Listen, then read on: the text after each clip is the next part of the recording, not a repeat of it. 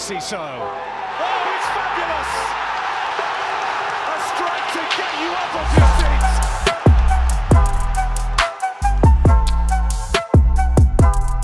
Hello, welcome to Seagulls Social Preview for the Chelsea game. Yeah, actually, do you know what we should have done? We should have gone to the biggest Chelsea podcast, Ben, and nicked their intro.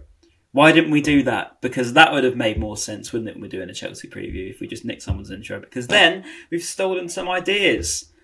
Hey, Chelsea. Anyway, it's going to be an interesting game because it's going to be an interesting game, isn't it, Ben? Because we've had the upper hand on them. We've had our laughs. We've had our jokes. It's been a crazy summer, as we know. But at the same time, it doesn't quite hold the same weight. It's a Carabao Cup game. We've played in Europe. We've now played in the Prem. We've got another game before going to Villa Park. There's a lot going on, Ben, in the Brighton scene. So we mentioned it on the last pod, didn't we? Whether it's going to be one of them where you'd be happily to concede it. But at the same time, is it just one where you think De Zerbi and yourself will just want to win?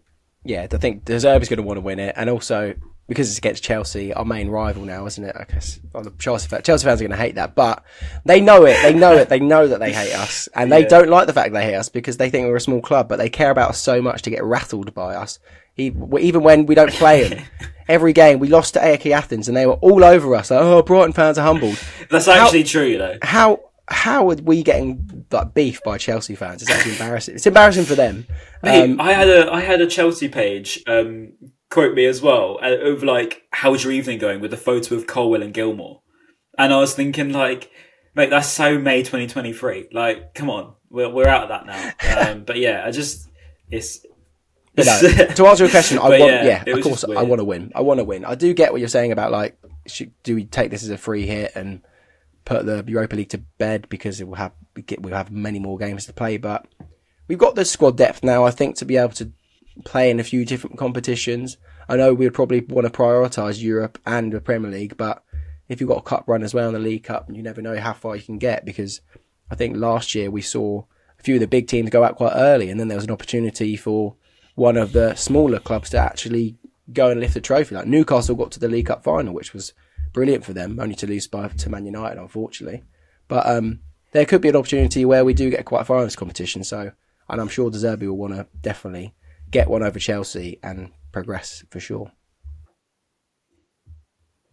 Yeah, I think that's going to be it, isn't it? I think if it was like a Plymouth or something, or I don't know, but if we were playing a lower league team, then perhaps we would, maybe rotate a fair bit. I think he'll rotate anyway, but because it's Chelsea, because of obviously the fans bickering between each other for so long, I think that De Zerbi will get that and want to go for it. I must admit, as I say, we've had a lot of upper hand over them, if you like. We obviously got the double over him last season.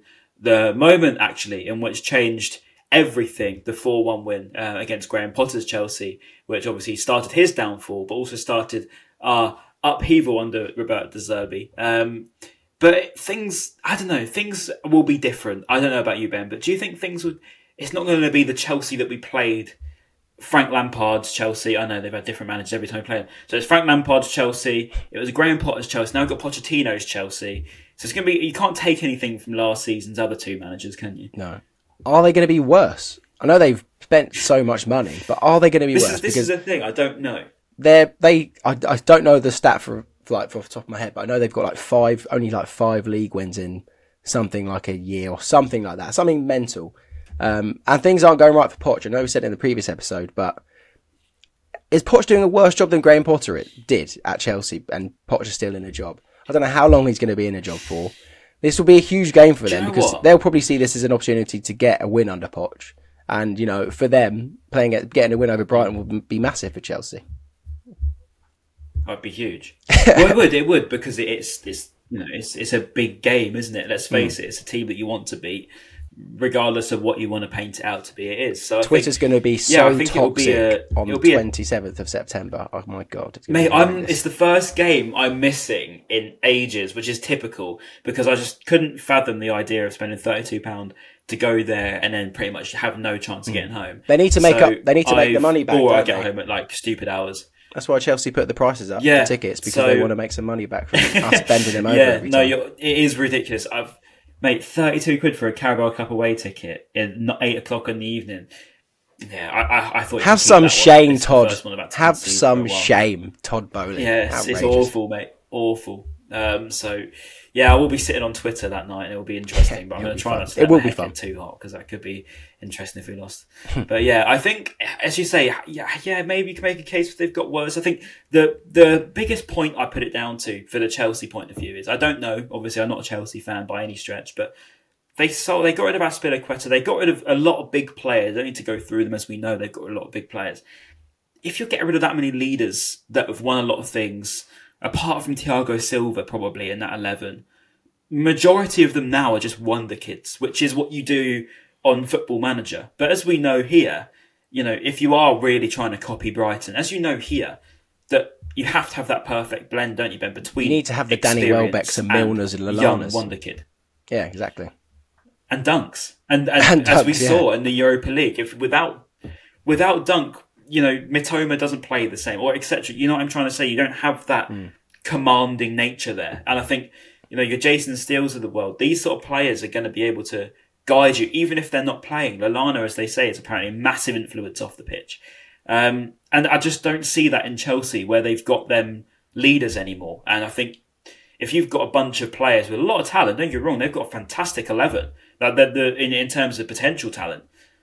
But you can't just expect them to play to their potential without any guidance. No. And yeah, the leadership in Chelsea's team is pretty dire. I mean, like, they gave Reece James the captain's armband, who's pretty much injured all the time. And then the person that's vice captain is Ben Chilwell, who's also injured all the time.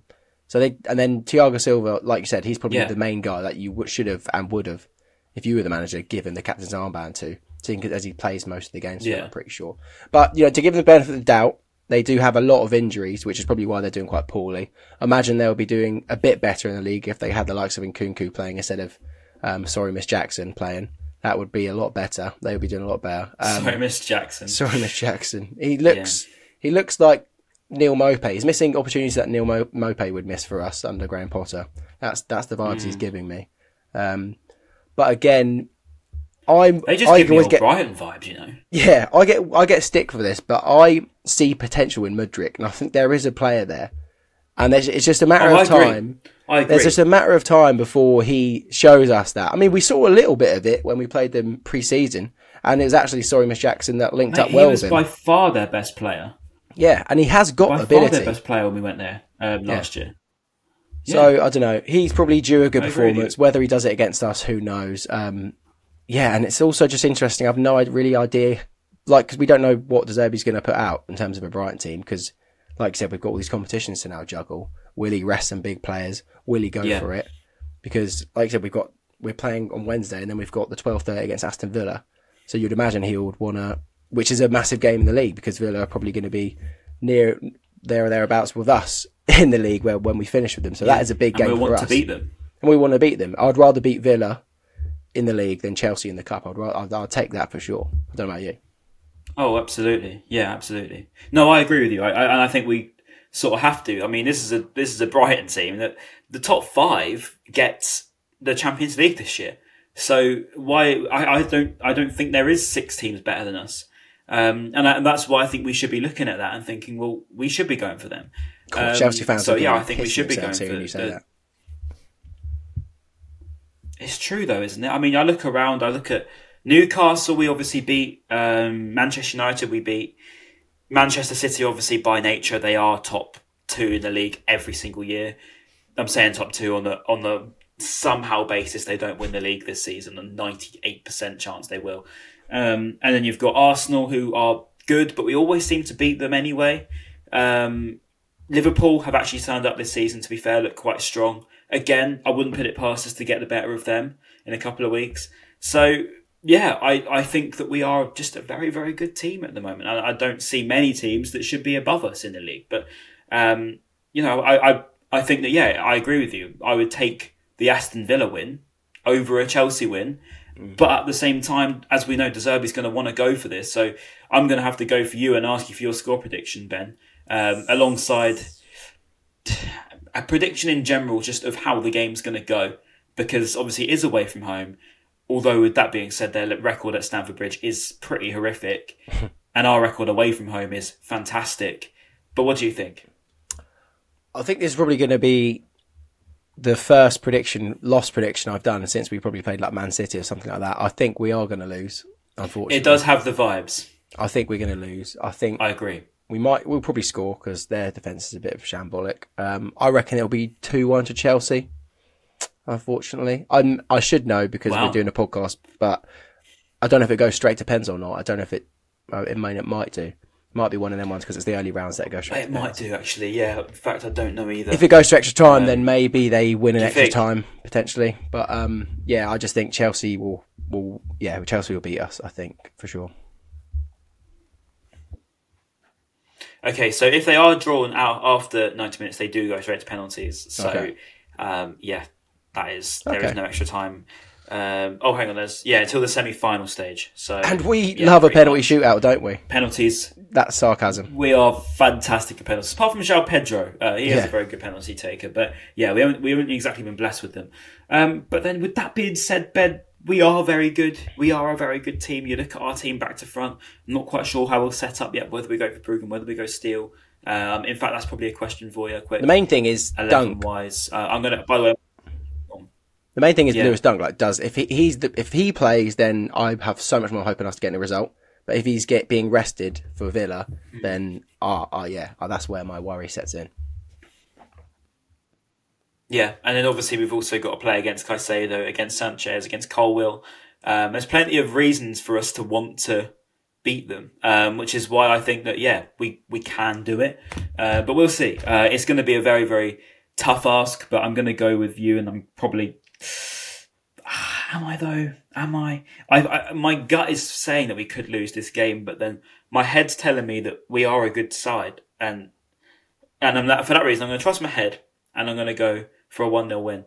But I don't think it's going to be easiest. We don't seem to win 1-0 either. We always seem to go a bit further than that, but we're a good team. We have the potential to dominate them at their place. As you say, Mudryk is lethal. Could be a worry, but other than that, I look across the 11s. We are better than them. Obviously, Enzo Fernandez has the potential to run their game. But as we've seen, Carlos Baleba, Billy Gilmore also have the potential to run their game. So we'll see. But I'm going to say a 1-0 win. Ben, unless there's any other thoughts, Chelsea-wise. We haven't had a game this season where we haven't conceded. So 1-0 would be a good result. It'd be nice to get a clean sheet. Good point. So 4-1 against Luton, 4-1 against Wolves, 3-1 West Ham, 3-1 Newcastle, 3-1 Man United, and then 3-1 Bournemouth. It's always been 3-1 or 4-1 in the league, and then obviously in the cup it was 3-2. But we haven't had a clean sheet yet. I suppose I've got to say 3-1 then, haven't I? Because that's the only way we know how to win. If you think we're going to win, we're going to have to score one more than them. So if 2-1. Your one needs to be. A 4's going to have to be nice, isn't it? Do you know what? Let's stick with the 4. I don't really think we will, if I'm honest. No, but I'm going to put the prediction in just because of the Luton game, just because of what was the other one we won 4-1 in? Or was it not? I don't remember now. Yeah, there was Wolves 4-1. Back to back 3-1. Another 4-1. Wolves. Yeah. So you never know, but yeah, I don't know. I'm not so sure, if I'm honest. So if you're a Chelsea fan listening, I don't know, to be honest with you, but I'm just going to say we're going to win because I want to win. And you never know with us. I mean, we are a good team these days, and especially going away to London, we seem to enjoy those trips away. But it will be a shame not to be there. But I'd imagine the scenes in the away end will be good if we do win that game. But thank you for joining us. I don't know if there's anything else to say in terms of Chelsea or Brighton. Ben, anything from you? No, just know that toxic Twitter is going to be mental on Wednesday night. That's all I know. And if we do lose, I'm deactivating for a day or two, or 3 or 4. Yeah, to be fair, it's not a bad shout. But yeah, I don't know. We'll see. It's going to be an interesting game. Genuinely, as a neutral, it's going to be interesting. But yeah, Albion regardless. And make sure you like, comment, subscribe, all that good stuff. We'll look forward to the Young Kipper video at the end of the game. And until then, we'll see you in Brighton against Chelsea. Peace. Goodbye.